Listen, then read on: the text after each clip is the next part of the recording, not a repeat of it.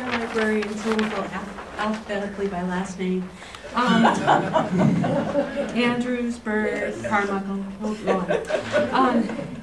We had a wonderful discussion in our groups. I think we did it a slightly different way, but I think we came out with some interesting results. We were, one group was talking about real-world challenges, and they identified two major ones. One was homelessness for our patron groups, not only in public libraries, but in school libraries and community college libraries. They are confronted with a lot of issues about computer use and providing space and those kinds of things. And we talked a little bit about the digital divide, especially with displaced workers in counties where a lot of layoffs are happening, and that brings up, you know, how do people apply for jobs when they don't know how to use the computer, and that certainly goes back to information literacy that Sandra was talking about. And with the issue of dealing with homeless patrons, one person brought up that one of the things that we could do for students was to help them learn how to deal with challenging patrons, how to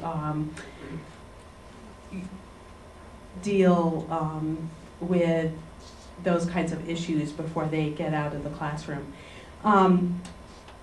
We also talked about the need for partnerships, and mentoring came up, but the mentors, the potential mentors, wanted to have training on how to be a good mentor because it's not something you just necessarily know how to do.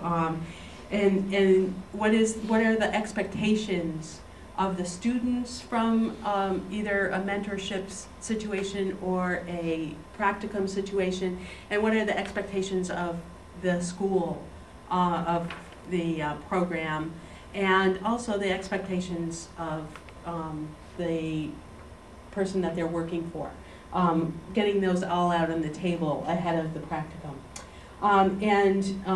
One group talked about mentoring and how that is a responsibility of the larger community, the larger LIS community, but also mentoring second year students to first year students, alumni to students.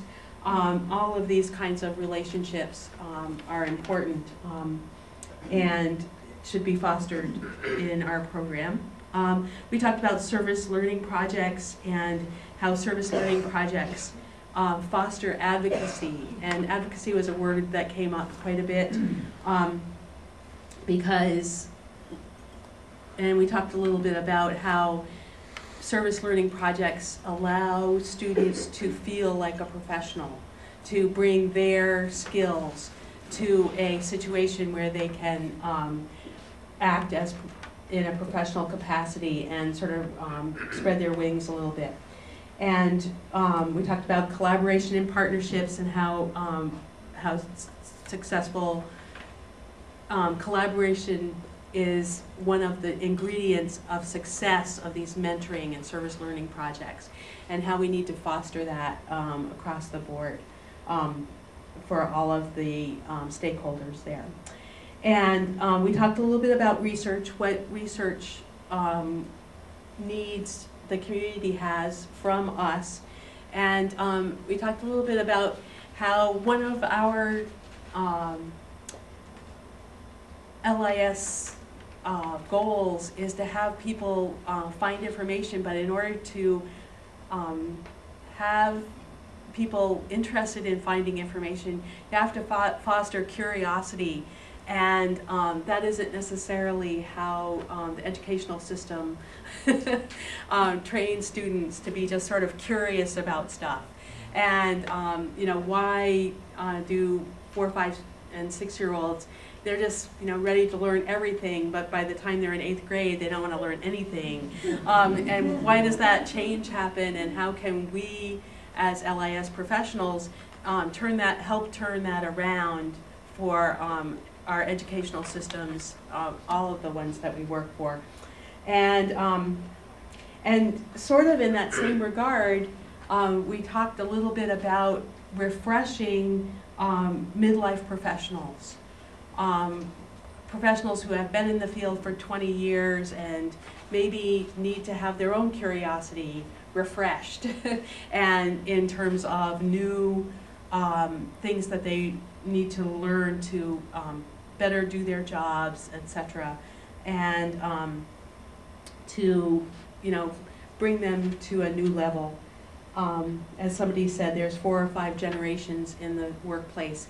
How do we get them all thinking and doing the same kinds of work in the same way? I think that was it. So, Bill, or?